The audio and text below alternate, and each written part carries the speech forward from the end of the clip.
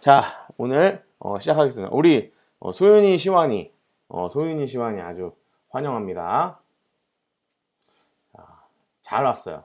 오늘도 함께 하나님 말씀을 잘 배워가는 시간을 갖도록 하겠습니다. 자, 하기 전에 지난주 토요일 날 했던 내용을 한번 복습해 보도록 하겠습니다. 지난주 토요일 날 우리가 어떤 내용을 배웠느냐? 자, 성경을 한 문장으로 요약하면 뭐라고 할 수 있을까? 자, 성경을 한 문장으로 요약하면 뭐라고 했죠? 우리 친구들 다 기억하듯이, 자, 하나님이 만드셨고, 우리가 망가뜨렸고, 예수님이 고쳐주셨다. 요게 이제 성경을 한 문장으로 요약한 것이라고 했어요. 그래서 이 성경이 1189개나 되는 장을 66권의 책으로 묶은 아주 내용이 너무나 많은 이렇게 두꺼운 성경책의 말씀이지만 요거를 딱 한 문장으로 요약을 하면 뭐라고 했죠? 하나님이 만드셨고 사람이 망가뜨렸고 그 망가뜨린 거를 예수님이 고쳐주셨다. 요거를 우리가 지난 시간에 배웠어요. 그래서 오늘은 좀 더 구체적으로 이 성경 말씀에 대해서 세부적으로 한번 좀 살펴보려고 해요. 그래서 전도사님과 함께 오늘 2과 성경을 이해하는 첫걸음 요 부분에 있어서 이 대해서 한번 같이 배워보는 시간을 갖도록 하겠습니다. 자, 준비하시고 성경을 이해하는 첫걸음. 성경은 하나의 큰 이야기를 전해주고 있어. 하나의 큰 이야기는 하나님이 만드시고 사람이 망가뜨렸고 예수님이 고쳐주신다. 요거라고 했죠. 요거를 잘 기억을 하고 있어야 돼요. 그런데 조금이라도 성경을 읽어본 사람은 성경이 도서관에 있는 2000페이지가 넘는 책들과는 좀 다르다는 사실을 잘 알 거야. 성경은 아예 도서관 자체에 더 가까워. 그 안에 시, 편지, 역사책까지 여러 종류의 책들이 있기 때문이야. 성경은 책마다 독특한 스타일로 되어 있어. 독특한 스타일로 되어 있는 이 성경책을 우리가 같이 살펴볼 거예요. 그래서 성경에 기록된 내용을 이해하려면 그것이 어떤 방식으로 쓰였는지를 알아야 해. 어떻게 구성되었는지에 따라 읽고 이해하는 방법을 달리 해야 하는 거지. 자, 그러면서 이 책에서 예를 들고 있어요. 무슨 예를 들냐면 똑같이 껍질이 있더라도 귤은 손으로 까먹지만 사과는 칼로 벗겨 먹잖아. 책도 마찬가지야. 옛날 옛적에로 시작하면 동화책이니까 역사책처럼 읽으면 안 되는 거지. 그래서 성경을 이해하려면 어떤 종류의 글로 쓰였는지 알아야 해. 이렇게 이 책에서 지금 말해주고 있어요. 이 어떤 종류의 글인지를 알면 어떻게 될까요? 글이 쓰인 목적에 맞게 읽을 수 있거든. 이 글이 쓰인 목적이 굉장히 중요하다는 걸 알 수 있죠.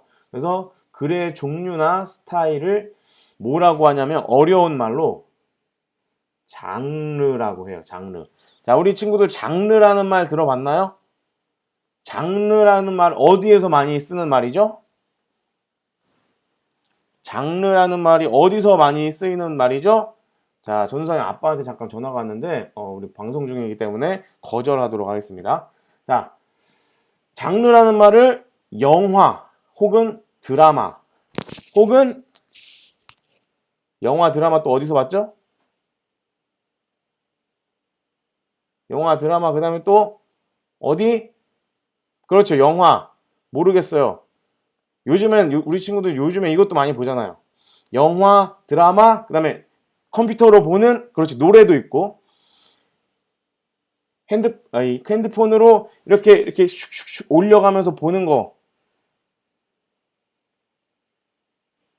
오오오오 책? 아니, 우리 친구들 웹툰 봐요. 웹툰? 만화나 웹툰에서도 이 장르란, 그렇죠, 우리 한나, 빙고, 웹툰이라는 말 장르에서도 이 장르라는 걸 많이 써요.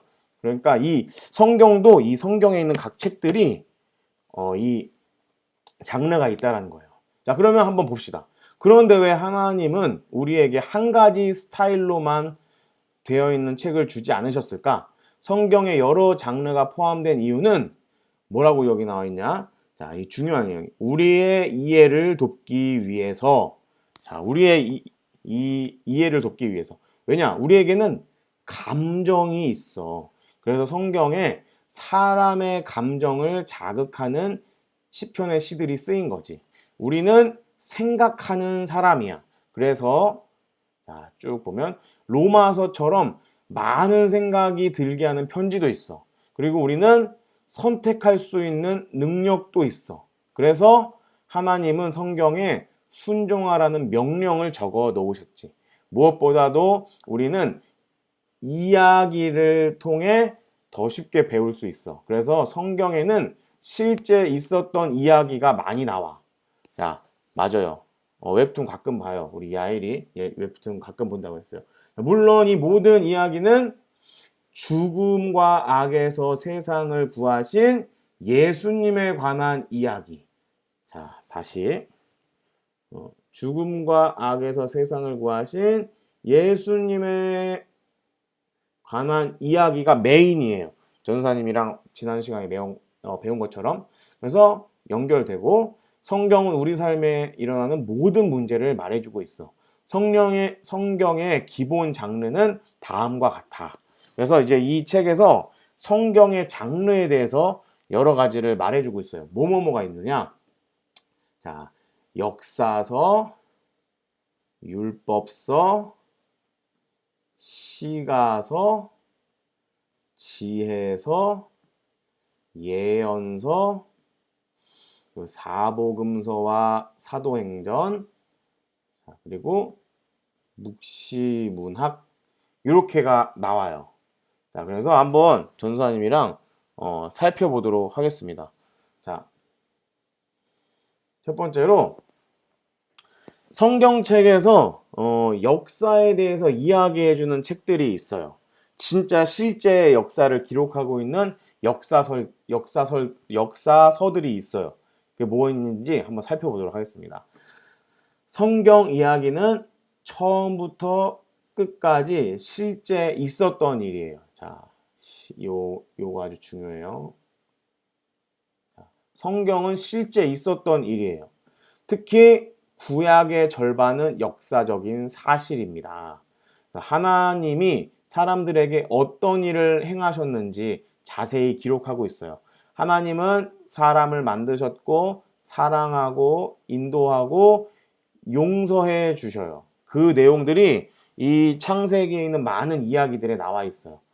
하나님의 사랑을 받을 자격이 있는 사람은 세상에 있을까요, 없을까요? 자, 우리 친구들 중에 나는 하나님의 사랑을 받을 자격이 있다 라고 생각하는 친구 혹시 있으면 댓글로 남겨주세요. 네, 지금 전사님이 댓글로 남겨주라 했으니까 한번 볼게요. 자, 나는 하나님의 사랑을 받을 자격이 있다. 나는 그래도 좀 자격이 있는 사람이다. 저요. 우리 성원이 용감하게 대답했어요. 네. 맞아요. 근데 한번 볼게요. 진짜인지 아닌지. 자, 하나님의 사랑을 받을 자격이 있는 사람은 세상에 어디에도 없어. 라고 나와 있어요. 우리 야엘이도, 쩝이라고 나와 있군요. 우리 시완이 소연이 욕한 줄 알았어요. 자, 그래서 왕이라고 해도 약점이 많아서 아주 잘못을 저지르지.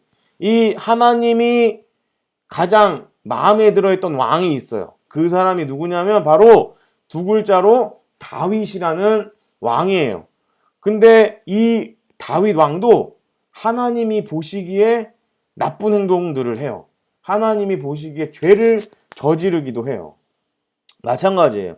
전도사님도 여러분이 봤을 때는 전도사님 맨날 교회에 있고 여러분에게 말씀도 전하고 성경책에 대해서 그래도 잘 알고 있고 뭐 기도도 하고 여러 가지를 하지만 전도사님이라고 해서 맨날 죄를 안 지르고 그냥 하나님이 기뻐하시는 행동만 하느냐? 그렇지 않아요. 이 인간 중에서는 아무도 하나님한테 사랑받을 자격이 있는 사람이 없어요. 이거를 우리 친구들이 꼭 기억을 해야 돼요. 여러분이 착한 행동을 한다고 해서 그게 하나님이 여러분을 사랑해 줄 만한 자격이 되지 않아요. 왜?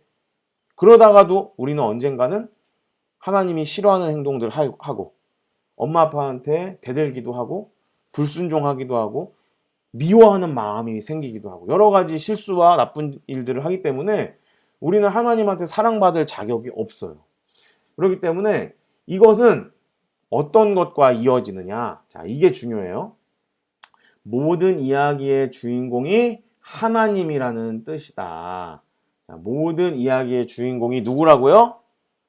하나님이다. 자, 우리 시완이 집중하시고 눈팅하고 있다는 말을 하지 마시고요. 자, 그래서 이 구약에서는 언젠가 하나님이 완벽한 왕을 보내셔서 실수투성이 인간을 구해 주실 것이라는 내용을 담고 있어요. 자, 이 구약에서 약속한 완벽한 왕이 누굴까요? 구약에서 약속한 완벽한 왕. 완벽한 왕이 누구냐? 이 친구들 바로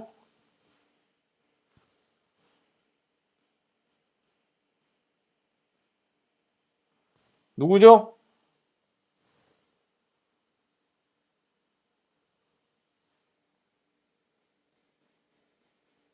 예수님.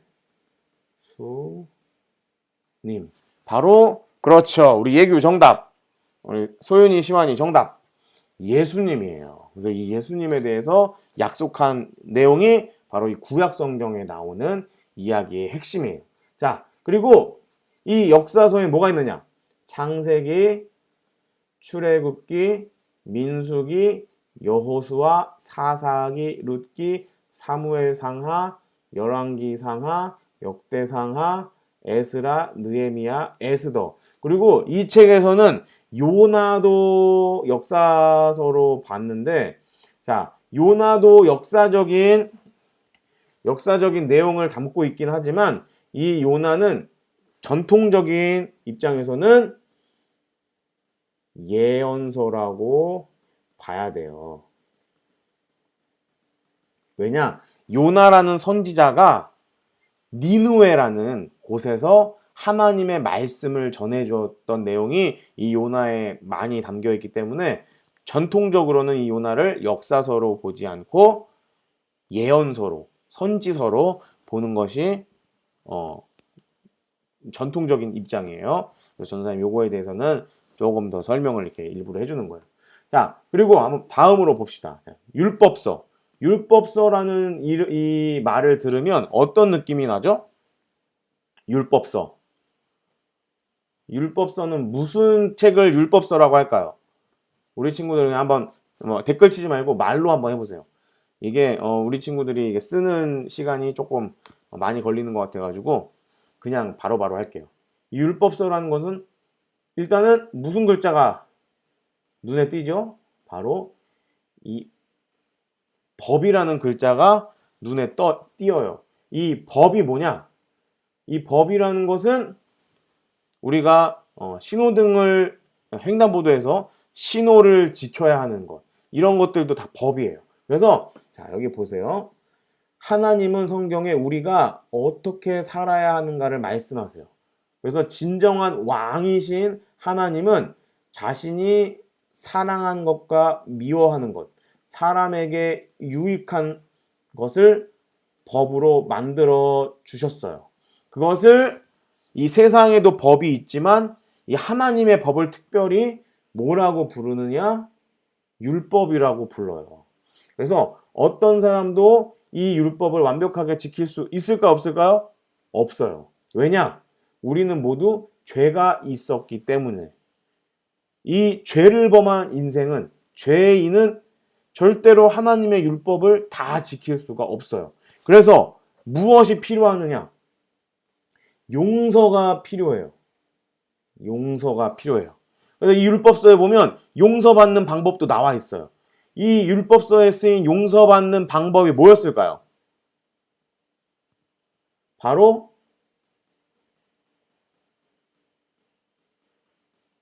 제사예요, 제사. 제사를 드려서 나 대신에 소나 양이나 전도사 여기 지금 동물 모양이 없는데 나 대신에 전도사님이 죄를 지으면 전도사님 대신에 전도사님이 아끼는 이 시계가 대신 죽음을 맞이해야 전도사님이 죄를 용서받을 수 있고, 전도사님이 죄를 지으면 전도사님 대신에 전도사님이 아끼는 이 이어폰이 죽어야지만 죄를 용서받고, 이런 식으로 이 하나님께 죄를 용서받기 위해서는 대가가 필요해요. 대가.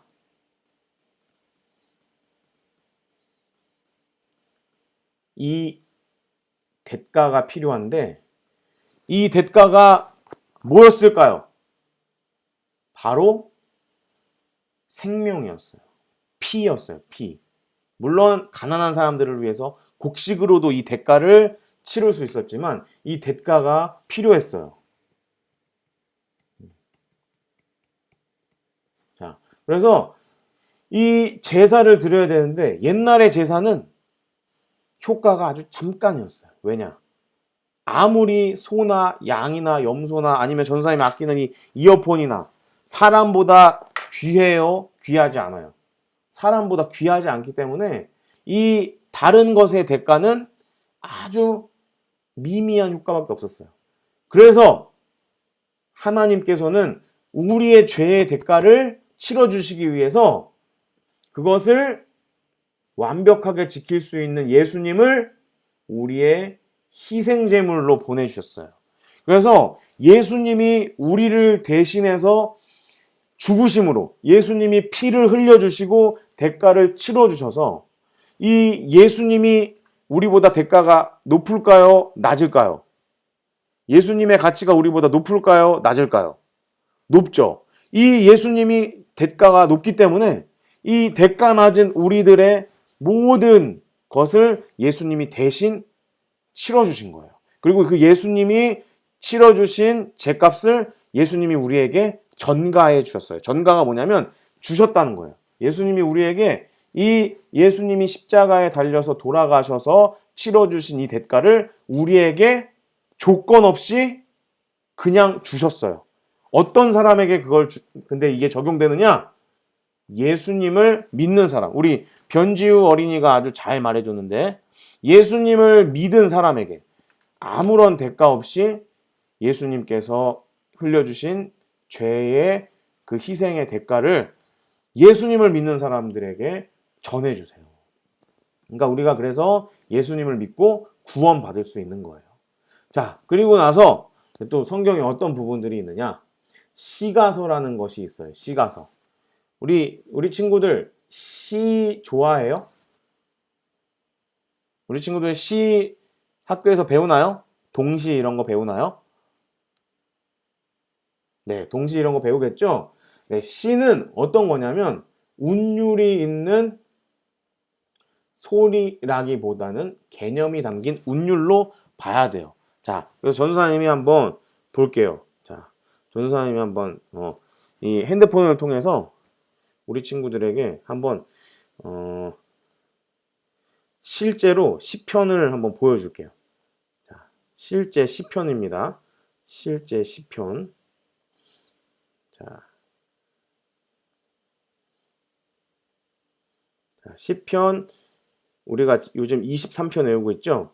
자, 시편 23편을 한번 보여줄게요. 자, 이렇게 되어 있어요. 시편이.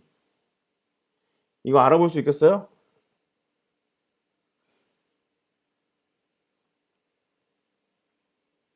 이렇게 쓰여 있어요. 이 시편이. 근데 우리나라 성경을 보면 어떻게 나와 있느냐?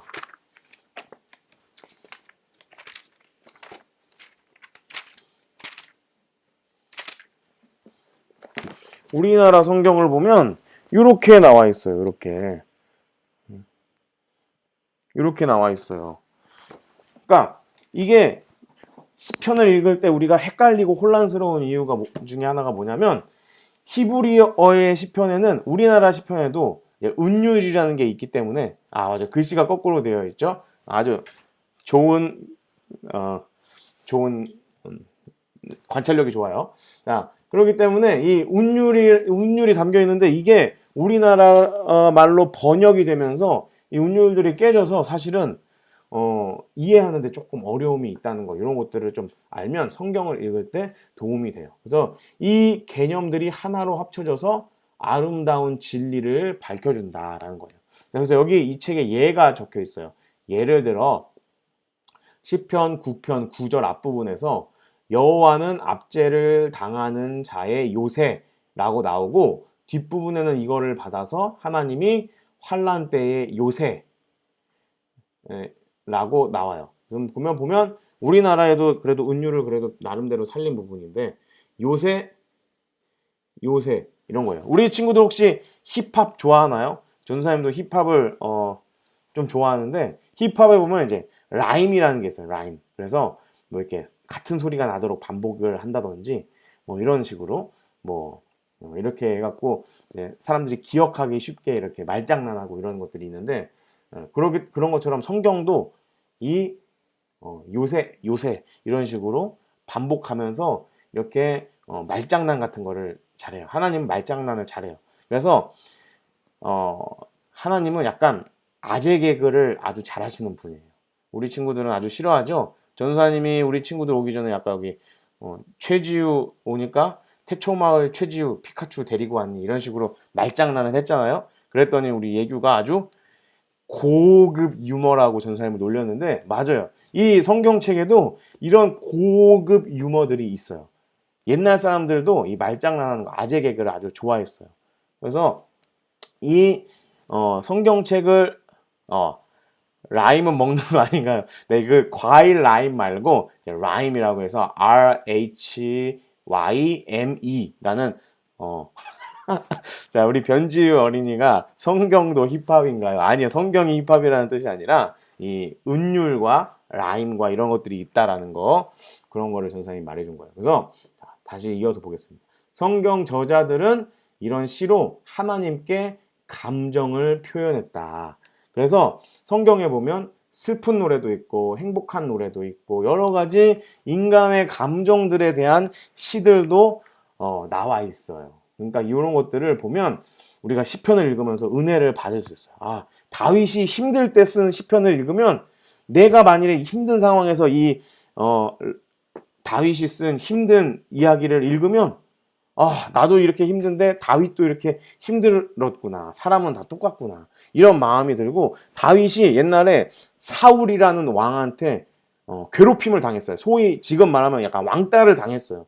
그러면 우리가 내가 왕따 당하고 있을 때 다윗이 쓴 다윗이 왕따 당했을 때 쓴 책들을 읽으면, 아, 은혜를 받고, 아, 다윗도 이렇게 왕따를 당하면서 속으로 그 사람을 미워하기도 하고 힘들어하기도 하고 하나님한테 도움을 청하기도 했구나 라는 거를 우리가 느끼면서 이 시를 더 잘 이해할 수가 있는 거예요. 그래서 하나님은 그런 이 시편들에 대한 응답으로 무엇을 말씀하셨냐면, 하나님은 언젠가 모든 것을 바로잡아 주겠다고 약속을 하셨어요. 그 바로잡아 주신다는 약속을 이루기 위해서 오신 분이 바로 예수님이에요. 예수님을 믿으면 우리의 죄의 문제가 해결되는 것뿐만 아니라 예수님은 이 땅을 고쳐주러 오신 분이기 때문에, 예수님을 통해서 예수님을 믿어서 우리가 구원받으면 우리의 인생 가운데 이렇게 꼬여있고 이렇게 꼬여있는 문제들도 예수님 때문에 이렇게 편안하게 싹 풀려요. 이거는 전사님이 안 풀렸는데, 이거 전사님은 예수님이 아니기 때문에 못 푼 거고 이렇게 싹 풀려요. 그러니까 우리가 이 예수님을 통해서 누릴 수 있는 은혜와 축복들이 많이 있다라는 것을 우리 친구들이 꼭 기억을 해야 돼요. 그 다음에 지혜서. 지혜서라는 건 뭐냐면 이제 뭐 잠언과 전도서 이런 걸 합쳐서 시가서와 지혜서라고 이렇게 묶어서 말하기도 하고, 시가서라고 통틀어서 말하기도 하는데, 지혜서는 뭐냐?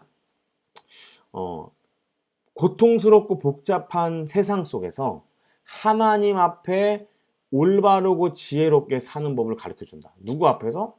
하나님 앞에서 올바르고 지혜롭게 사는 법을 알려주는 책이 바로 지혜서예요. 이 지혜서에는 잠언도 있고 전도서도 있고 욥기도 있고 이래요. 그래서 한번 뒤에 내용을 같이 또 읽어볼게요. 우리가 하나님이 정하신 법칙 안에 있음을 잘 보여준다. 그래서 죄를 저지르면 결국 들켜서 벌을 받게 된다라는 것을 우리 친구들이 잘 알고 있어야 돼요. 우리 친구들 혹시 엄마 아빠 몰래 엄마 아빠의 지갑에서 돈을 꺼내간 적이 전사님 지갑에 돈이 없는데 여기 동전이 있네요. 엄마 아빠 지갑에서 돈을 몰래 싹 꺼내가 본 적이 있어요? 지금이라도 솔직하게 고백하면 전도사님은 용서해 줄게요. 엄마 아빠는 용서를 안 해줄 수도 있지만 전도사님은 용서해 줄 수 있어요. 왜냐면 전도사님한테 잘못한 게 아니니까. 아니요. 지금 우리 한나, 그다음에 예규, 소윤이, 시완이 요 3명, 4명, 야엘이, 최지유, 조민이, 최다현 이렇게 지금 이 친구들 대답한 친구들 빼고는 아마 카드는 했어요. 우리 성원이는 부모님 지갑에서 카드를 몰래 빼간 적이 있다고 하는 것 같아요. 전 제 지갑에서 몰래 꺼내요. 자기 지갑에서 몰래 꺼내는 거는 하지 않아요. 전도사님은 엄마 아빠 지갑에서 돈을 꺼내 본 적은 없어요. 하지만 전도사님은 다른 곳에서 돈을 몰래 꺼내 본 적은 있어요. 어디에서 꺼내 봤을까요? 바로 저금통이에요. 저금통에서 이 100원짜리 모아두는 저금통, 500원짜리 모아두는 저금통, 10원짜리, 50원짜리 모아두는 저금통이 있었는데 500원짜리 모아두는 저금통에서 돈을 많이 꺼내서 뭐 맛있는 것도 막 이렇게 하고 이런 식으로 동생이 보냈어요. 우리 동생 지은이는 엄마 아빠 지갑에서 카드를 몰래 꺼내 본 적이 있나 봐요. 통장, 은행. 2학년 때 50원짜리 젤리가 너무 먹고 싶어서 그만. 우리 주석 선생님도 한번 그런 적이 있다라고 하네요. 네. 근데 우리 주석 선생님 나이가 여기서 밝혀지는 것 같아요. 2학년 때 50원짜리 젤리가 있었다고. 전도사님이 보니까 우리 전도사님이 어렸을 때 학교 다닐 때는 100원짜리, 50원짜리가 있었는데 요즘 보니까 200원짜리, 500원짜리, 100원짜리 이렇게 있는 것 같아요. 그래서 하나님 앞에 올바르게 사는 지혜가 이 지혜서에는 담겨 있어요.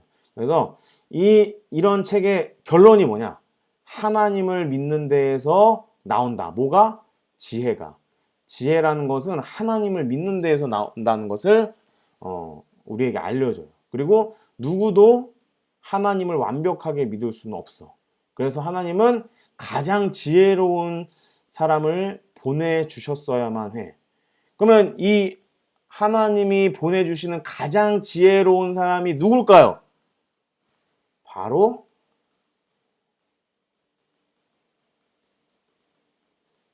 예수님이에요. 이 모든 성경의 어쨌든 결론은 다 예수님을 향해서 가고 있다는 걸 우리가 알아야 돼요. 그래서 그분은 항상 온 마음을 다해 하나님을 믿었다. 맞아. 예수님은 이 땅에 오셔서 늘 하나님 뜻대로 행하고 하나님 안에서 잘 사셨던 분이에요. 자, 근데 예언서라는 것은 다른 말로는 이제 선지서라고도 해요. 자, 우리 친구들 선지가 뭔지 알아요? 선지는 전사님 한자를 한번 써볼게요. 여기다가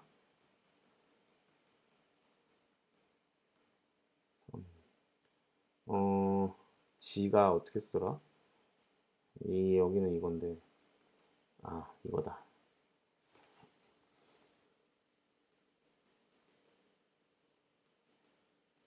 이게 선지, 이게 먼저, 이게 알다 라는 뜻이에요. 그래서 우리 소윤이 시완이 선지가 먹는 거. 먹는 선지, 소피를 선지라고도 하죠. 그게 아니라 이 선지는 먼저 알다라는 거예요. 여기다가 놈 자자를 붙이면 놈 자자가 선생님 놈 자자를 까먹었는데 이건가?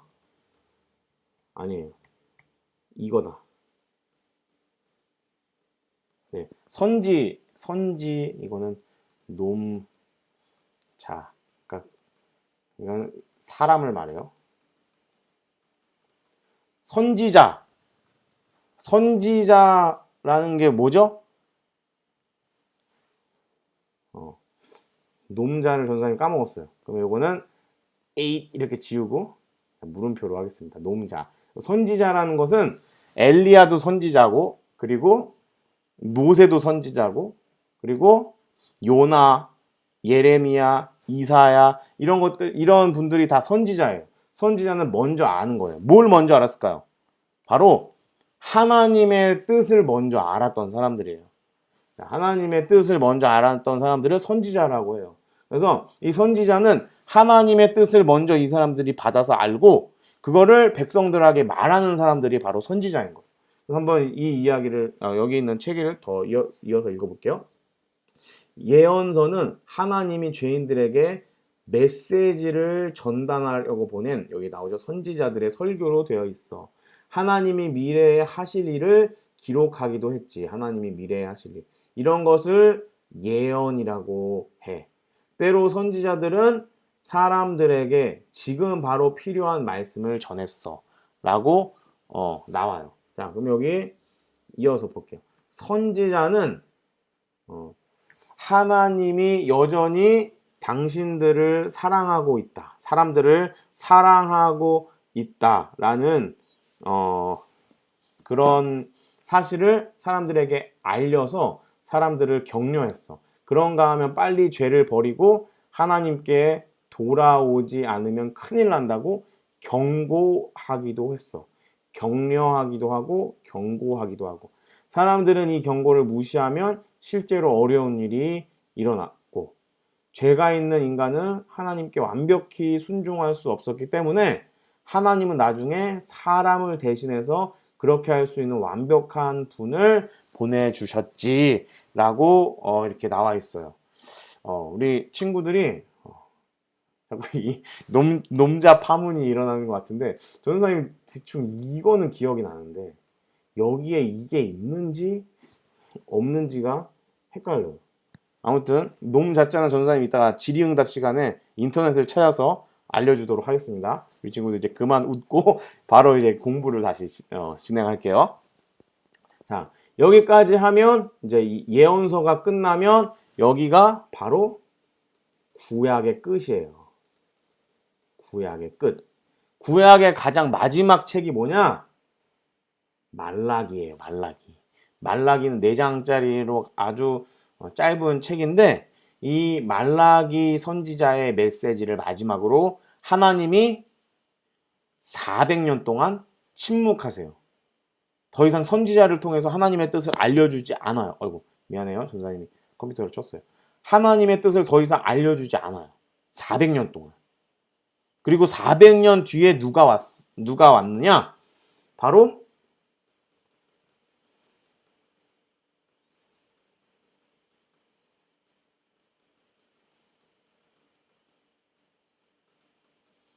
세례 요한이 왔어요. 세례 요한이 와서 다시 선지자의 역할을 해요. 그래서 세례 요한이 선포한 메시지가 뭐냐? 바로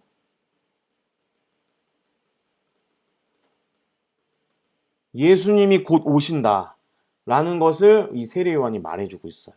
그리고 이 사복음서는 이 세례 요한이 전한 예수님에 대해서 4명의 사람들이 쓴 책이 바로 사복음서예요. 그래서 마태, 마가, 누가, 요한, 요 4사람이 썼어요. 마태, 그 다음에 요한, 요 2사람은 예수님의 제자예요. 근데 예수님의 제자 중에 마가라는 사람과 누가라는 사람은 없어요. 그럼 이 사람들은 어떤 권한을 가지고 예수님에 대해서 썼을까요? 예수님의 제자도 아닌데. 이 마가라는 사람은 누구랑 같이 다닌 사람이냐면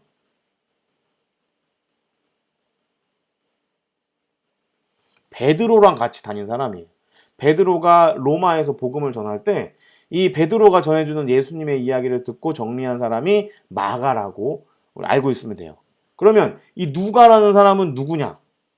누가는 누구지? 누가한테 죄송해요. 누가복음을 쓴 이 누가라는 사람의 의사인데 이 누가라는 사람은 누구랑 또 짝을 이루어서 많이 쓰이느냐? 누가바. 우리 성원이 아주 훌륭한 드립이에요. 누가라는 사람에게는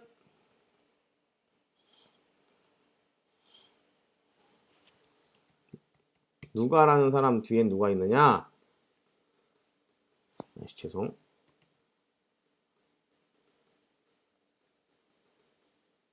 바울, 사도 바울. 우리 소윤이 시환이가 노잼이라고. 전사님 이따가 누가발 사 먹어야 될 것 같아요. 자, 그래서 누가라는 사람 뒤에는 바울이 있어요. 바울. 사도 바울. 사도 바울은 어떤 사람이죠? 사도 바울은 예수님을 핍박하던 사람인데 다메섹으로 가던 길에 예수님을 만나서 완전히 180도 완전히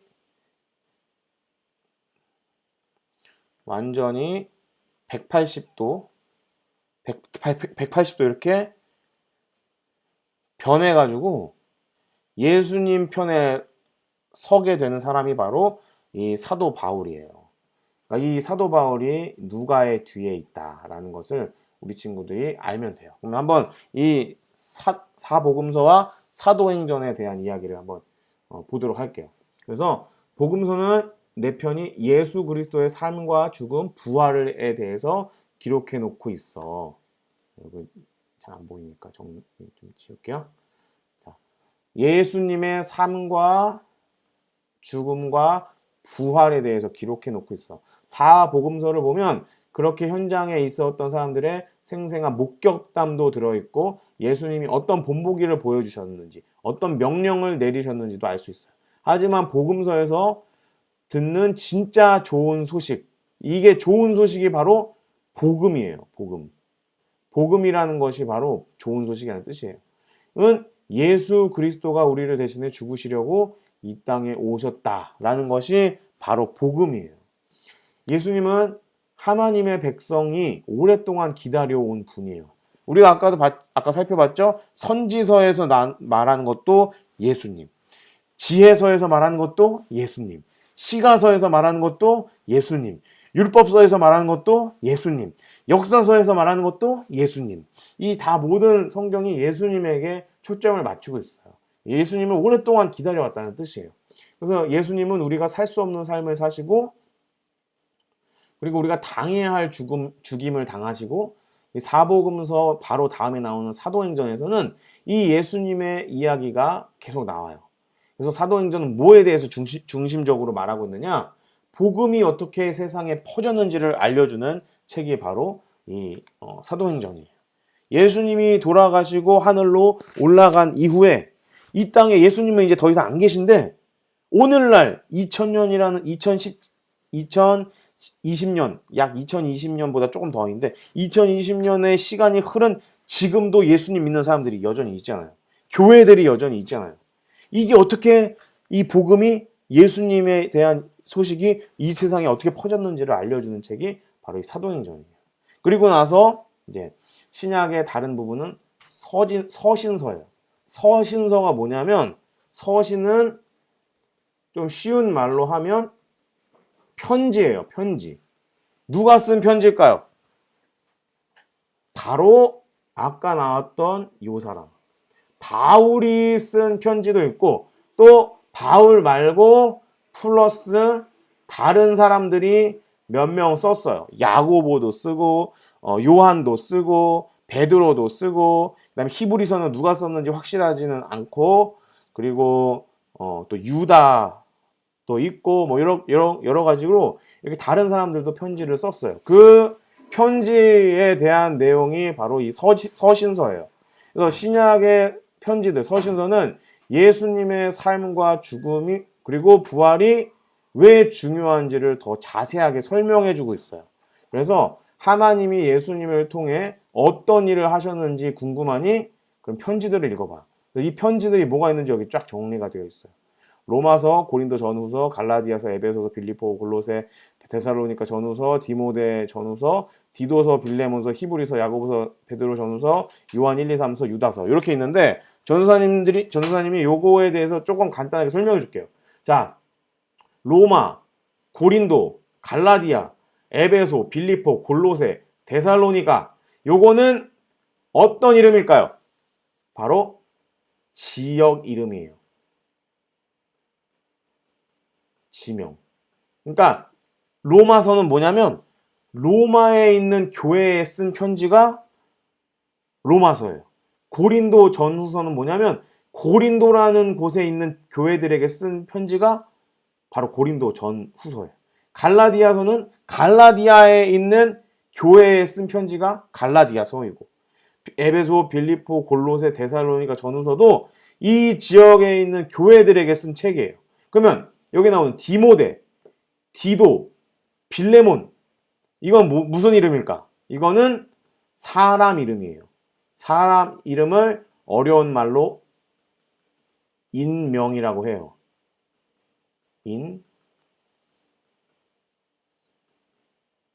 인명. 이거는 땅지를 써서 지명이라고 하고. 그래서 이 사람한테 쓴 거예요. 이 사람한테 쓴 거고, 우리 어린 양 야엘이 친구가 아주 중요한 질문 하나 했네요. 그곳에 지금도 있어요? 안타깝게도 로마, 고린도, 갈라디아, 에베소, 빌립보, 골로새, 데살로니카에 있던 교회들은 지금은 다 없어졌어요. 다 없어지고 유적지로 변해 있어요. 왜냐하면 로마의 박해도 있었고 그리고 기독교가 점점 퍼지면서 오히려 이곳에 있던 교회들은 지금 다 사라졌어요. 아주 안타까운 일이고 당연히 이 디모데, 디도, 빌레몬 이 사람들도 옛날 사람이니까 다 죽었겠죠. 그리고 이제 전사님이 말했던 히브리서는 누가 썼는지 모르고 야고보서는 여기에 나오는 이름은 저자의 이름이에요. 저자. 야고보서는 야고보가 썼고 베드로 전후서는 베드로가 썼고 요한 1, 2, 3서는 요한이 썼고 유다서는 유다가 썼고 이런 식으로 이 사람들이 쓴 편지를 또 다시 요거를 세분화하자면 요거를 이제 바울 서신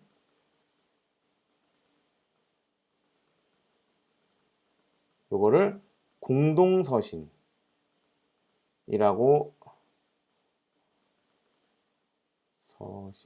나누기도 해요. 그래서 이런 편지들에 대한 내용들이 이렇게 있고 그 다음에 묵시 문학 묵시라는 것이 무슨 뜻이냐? 묵시는 어려운 말로 밝히다라는 뜻을 가지고 있어요. 그리스어예요. 그래서 이 묵시 문학은 뭐냐면 미래를 밝혀주는 거예요. 자, 우리 친구들 혹시 옛날에 전도사님이 한 초등학생 때 노스트라다무스의 예언 뭐 이렇게 해갖고 2000년에 지구가 멸망한다 뭐 이런 말들이 유행했어요. 그래서 그것이 알고 싶다 해도 막 나오고 이랬는데 이 묵시, 예언 이런 거랑 비슷한 뜻이라고 보면 돼요. 밝히다. 그렇죠. 우리 소윤이 시환이 아주 훌륭하게 잘 대답했어요. 그래서 사실 이런 책에서는 미래에 일어날 일이 어떤 것인지 이해하기는 어려워요. 왜? 우리 최지우 지구 지구 모양을 보냈어요. 맞아요. 지구에서 어떤 일들이 일어나는지에 대해서 이야기하고 있는데 그래서 불가사의한 내용이 워낙 많아요. 우리 친구들도 한번 궁금한 친구들은 노스트라다무스의 예언이라고 뭐 유튜브에 검색해 보거나 네이버에 검색해 보세요. 그러면 이 노스트라다무스가 예언한 내용이 나오는데 이렇게 자 지금으로부터 100년 후에 비행기가 발명될 것이다. 이렇게 정확하게 이해하기 쉽게 써놓은 게 아니라 뭐 100년이 지난 어느 날 하늘에 길다란 막대기들이 떠다닐 것이다. 뭐 이런 식으로 약간 뭐 막대기가 왜 떠다녀 이런 식으로 이해하기 어렵게 써놓은 건데 미래에 있는 우리들이 그 내용을 보고 그 하늘에 떠다니는 막대기가 비행기를 말하는 거구나, 이런 식으로 이 사건들이 발생하고 나서야 이해할 수 있도록 이렇게 써 있는 게 바로 묵시문학이에요. 그래서 요한계시록도 마찬가지예요. 요한계시록에 보면 이제 막 여러 가지 말들이 막 많이 나와요. 뭐 하나님이 7 대접의 진노를 붓기도 하시고 7 봉인을 풀기도 하시고 막 짐승들이 나오고 막 그룹들이 나오고 이런 식으로 여러 가지 지금은 좀 이해할 수 없는 것들이 나오는데, 그런 거를 이 요한계시록이라는 성경을 또 잘 연구해서 공부를 하면 또 그런 것들에 대해서 이게 어떤 뜻이구나 또 알 수 있는 것도 있고. 근데 이 요한계시록을 잘못 해석하는 경우가 굉장히 많아요. 특히 요즘 문제가 많이 나오는 이 신천지, 이 신천지에서는 요한계시록을 자기들 마음대로 해석을 해가지고 이만희라는 사람이 보혜사 성령님이다, 이만희를 믿어야 천국 간다, 이런 식으로 아주 말도 안 되는 이상한 소리를 해서 사람들을 현혹시키는 아주 나쁜 짓을 많이 해요. 특별히 요한계시록을 가지고 이상한 장난을 치는 이단들이 아주 많아요. 그러니까 우리 친구들이 굉장히 조심해야 되고, 전도사님이 한번 기회가 되면 요한계시록 한번 우리 친구들이랑 공부를 해보고 싶은데, 요거는 아직 우리 친구들이 하기에는 좀 어려운 것 같고, 한 고등학생 정도 돼야 아마 좀 가능할 것 같아요. 아무튼 그래서 이 묵시문학에 보면 이제 이 마지막 때에 이 세상에 환란이 엄청나게 많이 일어난대요. 우리 친구 환란이 뭔지 알아요? 나쁜 일이 많이 일어난다는 거예요. 근데 이 묵시문학의 가장 주의해서 우리가 알아야 될 핵심 내용이 무엇이냐? 신천지라는 내 친구가 있다. 이름이 신천지인 친구가 있나 봐요. 자, 여기 아주 중요한 이건 꼭 기억해야 돼. 자, 보세요. 상황이 아무리 나빠져도 세상에 하나님과 그분의 백성들을 아무리 미워해도 결국 예수님이 승리하신다. 이게 중요한 거예요. 세상의 환경이 아무리 나빠져도, 세상과 이 세상의 마귀들이 하나님과 하나님의 백성들을 아무리 미워해도 결국 이기는 사람은 누구냐? 예수님이다. 이 사실을 우리가 반드시 기억해야 돼요. 그렇기 때문에 이 이야기는 결국 행복하게 끝나요. 왜? 예수님이 결국에 이기시니까. 우리 친구는 여기서는 이제 아멘을 해야 되는 거예요. 예수님이 결국 이기신다. 아멘. 이 믿음을 가지고 우리가 살아간다는 사실을 꼭 기억해야 돼요. 그래서 성경을 읽다 보면 한 책에 여러 장르가 섞여 있는 경우를 자주 볼 수 있어. 예를 들면 출애굽기에는 여러 가지가 섞여 있고 시도 있고, 그리고 너무 복잡하지 않게 그 중에 가장 두드러진 문학 종류에 따라 그 책을 분류한단다. 맞아요. 그래, 우리 친구들 아멘. 잘했어요. 이 성경 말씀을 보면 여러 가지가 섞여 있지만 그 중에 이제 대표적인 걸로 이렇게 나눈 거예요. 자, 그래서 오늘